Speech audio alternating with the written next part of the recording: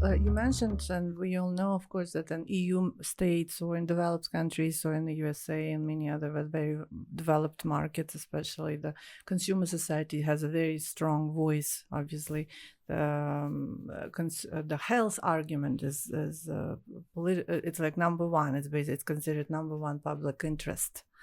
And one of the very critical issues, sort of the health concerns. And of course, the environment now it's becoming more and more important. And usually they're always the champions. And plus, wherever there is a competition, the businesses also, they compete for the better comparative advantage in the market.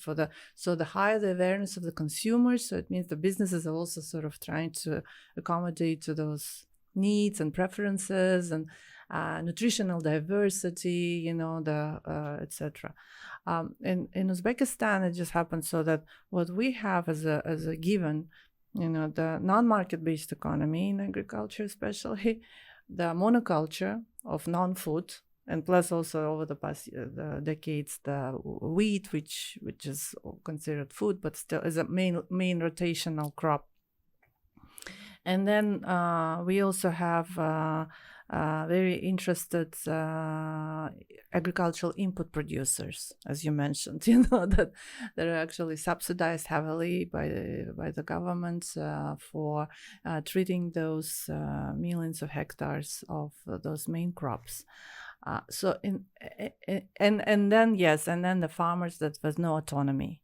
And the consumer society with very little awareness of the health. So the health value is not yet strong in terms of demand from the consumers. So what do you think? In what sequence? What do you think it would be possible? Who should be the champion in this situation, in this sort of deadlocked situation? Then, if it's not the consumers, then at the same time, it's not the businesses who are heavily involved with this production, of main crops. Then, and the government is, of course, intertangled with these so-called businesses. How can we get along? I mean, would you think maybe that international trade could somehow become the incentives for change? International trade, more diversified trade, when we export and we have to learn about international standards and we have to adjust to them and we have to learn that there are health issues, etc. So not through the concern of our consumers' health, but through the concern of the other governments' concern over their population's health, So okay, that's quite a list of challenges that need to be addressed. And I think the fact that there is a list of issues here suggests that there isn't a single solution. There isn't one magic solution. You can wave your wand and everything will be solved. I think you need a multi-pronged approach to this. I think consumer awareness is really important. It is what changed farming practices in Europe almost overnight, because when the consumers became aware that it actually mainly started with things like eggs and meat, they became very worried that there were food safety issues around these products. And they basically said to the retailers, the supermarkets, and there are many supermarkets in European countries, and they said to them, we don't want contaminated food. We want safe food. You make sure that you're only putting on your shelves safe food. Mm-hmm. Now, what that meant was that the supermarkets themselves started testing regimes, and they dictated to their farmers, they said, this is how you are growing food. This is how you're producing whatever it is, meat, milk, vegetables, or anything. And if you don't follow our rules, we don't buy your produce. Mm-hmm. You lose your market. So that changed farming practices from one day to the next. Mm-hmm. With government policy, it takes time. You have to think about what the issues are, develop the policies, write the legislation, get the legislation passed by government, start implementing and enforcing that. It takes a long, long time until that brings about change. But when the retailers say, if you don't do it our way, we don't buy your produce, that's very quick. So consumer awareness is really important. And I think raising consumer awareness here in Uzbekistan, it will, maybe it will take a bit of time. Maybe the awareness isn't there today, but people will learn fast. And they are looking at what's happening in the West. Everybody's looking at TikTok and all these other apps that are transmitting information. They will see that. So I think that's part of the process. Government needs policies. Okay, without policies, you don't have a direction that's clear. So you need a policy that says we are going to move to ensure that our food is safe. We are going to ensure that we are protecting the environment. We are going to ensure that our agriculture is climate resilient. We are going to ensure that we're improving our trade opportunities for agricultural producers. All of these things should be part of policies that then guide the regulations that you put in place. So when you develop regulations after that say, this is how we govern how pesticides are used, you can write legislation that reflects what the policy is aiming for. Safe food, better trade opportunities, protecting the environment, sustainability in agriculture. All of these things can be built into that. At the moment, that doesn't exist. So awareness, policies, legislation, and of course, going back to what I was saying at the beginning, the farmers are at the heart of this. Now, they have knowledge, they want to do the right thing for themselves, and of course, ultimately, farmers are business people. They want to protect their pockets. So they're not going to do things that are going to cost them money if they don't get any return. If they don't have effective land tenure, for example, there's no point in them investing in their land and in sustainability because they don't know if they're going to be able to farm it in 5 years' time. So they have to have security of tenure on their land. And then they can invest in it, and they will do what makes sense for the future, for them. But they need to be given the tools and the guidance on how to do that. So basically, we go again to those so-called systemic questions, right? Those that are not directly related to the food product, but land tenure rights. The rights of the farmer to own the land. So that as a main incentive to invest to smart agriculture, to the agriculture that would be. It's a very key issue. That's the number one sort of issue. Because as we realize that the economy is driven by incentives. But because farmers have no proprietary to its land. That's why he cannot choose what to grow, and say him what he should grow and what the price he will pay for buying his harvest. It's the main problem. But I think you just described a very clear and obvious way, of course, how to reduce all the risk and how to make our situation better. But what can you say, or maybe you have any experience from other countries, how to change situation if for example, authorities don't, I don't want to say they don't understand, but they are not interested to changing the rules. Yeah, for example, I look to this problem not as a consumer, not as a chemical or chemist or agriculture specialist. I look like a lawyer, and I see the real grounds why situation don't change. And for example, I consider several last adopted legislation acts that show that there is, or here, deep absence of understanding the issues between fertilizers, pesticides, about the control, something like this.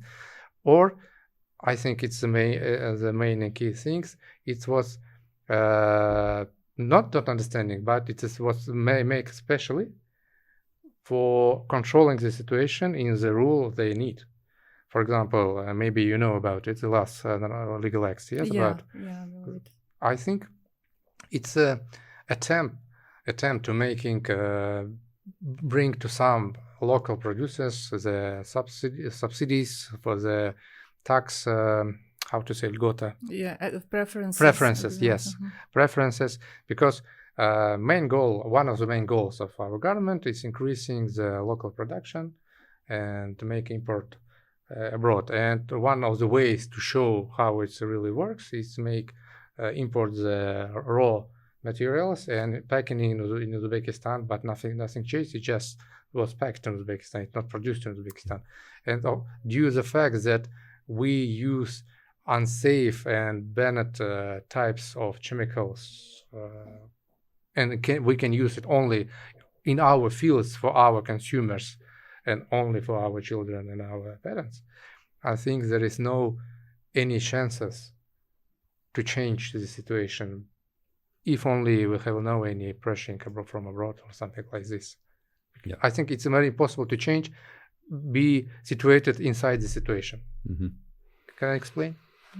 I think, okay, so again, there are a few issues here. And if we look at the specifics in terms of my own experience on pesticide-related issues, you mentioned, for example, that in agricultural inputs, pesticides and fertilizers are subsidized. That's a discouraged practice. So the United Nations would say to countries, take away your subsidies, because subsidies like that are perpetuating bad practice. If you're going to use subsidies, and there is room to use subsidies, use them to encourage good practices. Use them to build sustainability in the way that farmers are using their land or protecting their land or protecting biodiversity. So put indicators in place that are showing that the farmers are using good practices, and then they get the subsidies.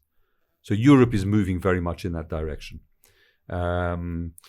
But if you want to explore how to get decision makers, politicians, to change the way in which they work, or the policies that they're supporting, or the legislation that they're supporting, you really need to be looking at, what are their interests, what stimulates them. If at the moment they're making money out of supplying agricultural inputs, that's their interest, and they will protect that, and they will perpetuate that.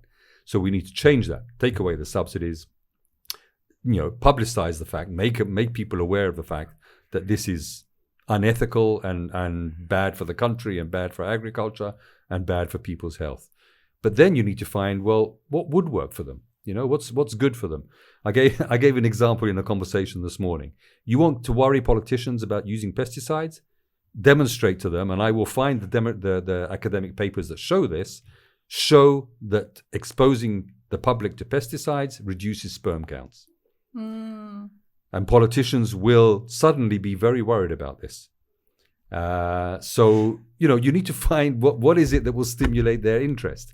But if you can also demonstrate that you can improve trade opportunities, and by trading with Europe, your prices will be higher, and your markets will last for longer, and your opportunities are greater than if you export to CIS states where the standards are lower. So, maybe this will stimulate them to become more interested. But in order to do that, obviously, you have to change your practices and produce safer and cleaner food. And by doing that, you can put in place the regulations that also ensure that local produce is safer and cleaner as well. But is it even possible to combine at one these policies of export promotion and export as a priority? Now we talk a lot about exports in Uzbekistan, right? So the government seems to be very eager to expand and diversify its exports, and they put a lot of efforts into, export subsidies even, or at least, let's not export subsidies, but sort of assistance to exporting to farmers, to companies and processors, etc. But then at the same time, to maintain the policy of monoculture, of crop placement, where the farmers have no autonomy, they have to stick to this main crop, which occupies most of the land, the irrigated land, So how to combine, is it even possible to combine this sort of very contradicting, very conflicting goals, very conflicting objectives, in one policy? No, I agree with you. I think you need a holistic approach. You need to address all of these issues. Just for example, let's look at cotton. I don't know who Uzbekistan sells their cotton to, but there is a global initiative called the Better Cotton Initiative, BCI. The Better Cotton Initiative has standards, including, for example, pesticide use. And they don't allow the use of certain pesticides, but also social factors and many other issues related to cotton production. Probably selling your cotton through BCI would get you a better price, but you need to meet their standards, and that would help to improve the whole situation holistically.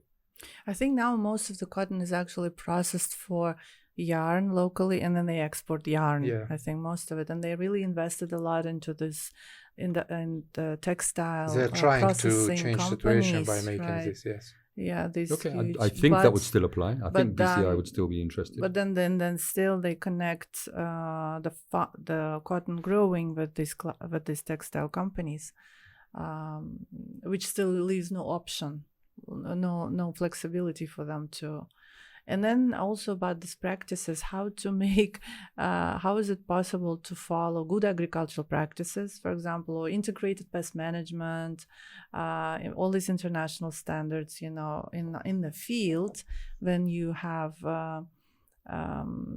as a priority just increasing the yields. And there is a perception that the best way to increase the yields is to use chemicals. It's a perception, but it's not necessarily correct, and it's not well documented scientifically.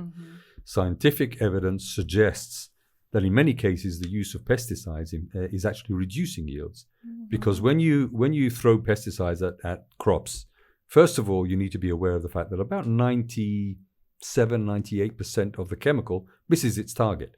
So if it's missing its target, where's it going? It's going into the soil and into other parts of the environment. When you put chemicals like pesticides, which are designed to kill living things, into the soil, they also kill the organisms in the soil. When you kill the organisms in the soil, you reduce the ability of plants to take up nutrients. You reduce the ability of the soil to break down organic matter. If you have less organic matter in the soil, you have less water retention, which means you are more dependent on external irrigation. And your crops that are more dependent on external inputs and are growing in a soil which is not healthy are stressed. And stressed crops are more susceptible to pests and diseases, and therefore you need to use more chemicals. So you're tied into this cycle that never ends. But when you reduce the use of chemicals and you improve the health of your soil, then you grow healthier plants which are more resilient to pests and diseases and need less chemicals. Ultimately, the yields from organic or from IPM cotton are the same or higher as from conventional growing. And potentially you can get better prices for organic cotton than you can for regular cotton. So it's a positive direction to move in, but you need to make this holistic shift, systemic shift. So basically there are two things, right? There is a wrong perception that the chemicals necessarily increase the yields, right, compared to biological or organic methods. And the second means that the second factor is the interests of the agricultural input producers, basically interests of the producers of pesticides and fertilizers who are basically promoting the idea that they're indispensable. Yeah, there's an interconnectedness there. You will find, for example, in the scientific journals, many articles that say this pesticide is fantastic, it works really well. But these are not well reviewed and I mean, they're not well designed studies. They're studies that don't show a comparison between using and not using, or using and having other methods that control the pests. So the impression is that this chemical is fantastic, it does its job, but it's not a good scientific study. And there are many, many, many papers like that which are supported by the pesticide companies. So you need an understanding of what's possible, but the impression that using more chemicals is what's required to preserve yields and to keep productivity up. It's not uncommon. You see that in other countries as well. You see that in the United States, but it's misjudged, it's erroneous, and there's plenty of evidence that suggests that it's not correct.